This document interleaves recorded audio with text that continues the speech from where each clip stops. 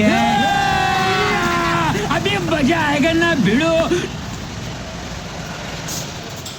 अब मिस्त्री साहब, हाँ हमारे को भी ऐसा गेट बनवाना है, बनाने के किस हिसाब से पैसे लेते हो? हम 350 450 किलो से बनाते हैं। ये तो 3 से 4 है और 2 से 2 3.5 से बनाते हैं 4.5।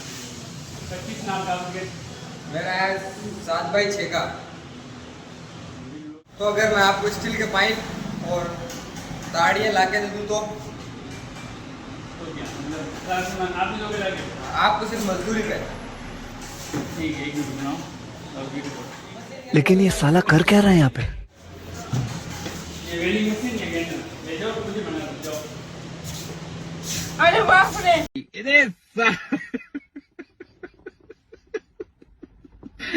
बेटी चौथ के।